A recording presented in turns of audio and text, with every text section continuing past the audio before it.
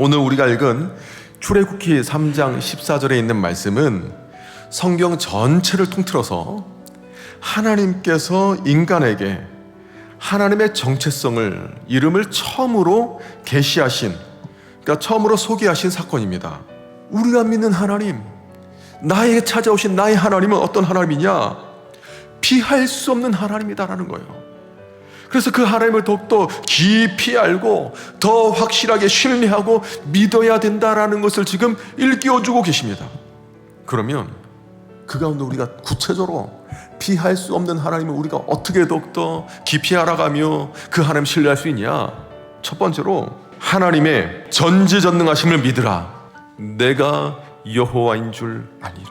이것은 하나님을 믿지 않는 백성에게도 선포하신 메시지일 뿐만 아니라 하나님의 백성인 이스라엘 민족에게도 내가 여호와인 줄 알리라. 왜냐하면 당시 이스라엘 사람들은요, 하나님이 어떤 분인지 잘 몰랐어요.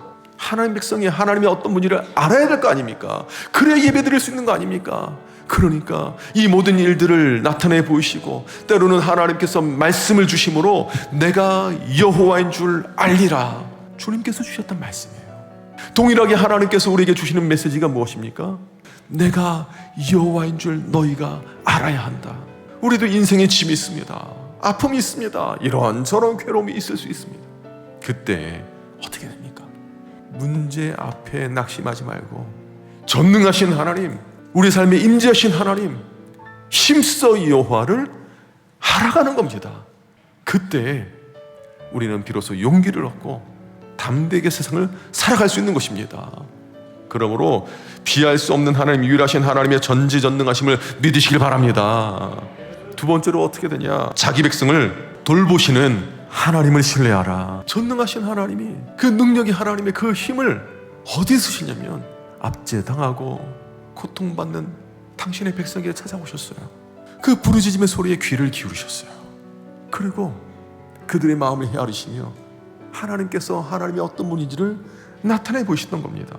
세상 사람들이 믿는 그 신들은요, 사람들이 착각하고 있는 거예요. 우리를 이롭게 할 것이다, 우리를 위해 줄 것이다, 그래서 다산케 하고 번영케 하고 뭐 할 것이다 라고 믿지만 이 10가지 심판을 통해서 하나님께서 주시는 메시지가 뭐냐면 결국 그들은요, 자신들이 믿는 신에 의해서 괴롭힘을 당합니다. 그리고 결국 그들이 믿는 신까지 죽어서 얼마나 그 꼴이 처참한지 하나님께서 하나하나 보여주세요. 마지막으로 그러면 우리가 어떻게 되냐? 예배함으로 하나님께 나아가라. 앞서 말씀드린 것처럼 하나님께서 이스라엘 백성을 출애굽시키신 것은 그 예배 가운데 하나님과의 관계가 온전히 회복이 되고 예배 가운데 우리 인생의 가치가 온전히 회복되기를 하나님께서 원하셨던 거예요. 말씀을 정리하겠습니다. 사랑하는 성도 여러분, 그는 여호와 우리 하나님이십니다. 나의 하나님이십니다. 전지전능하신 하나님이십니다.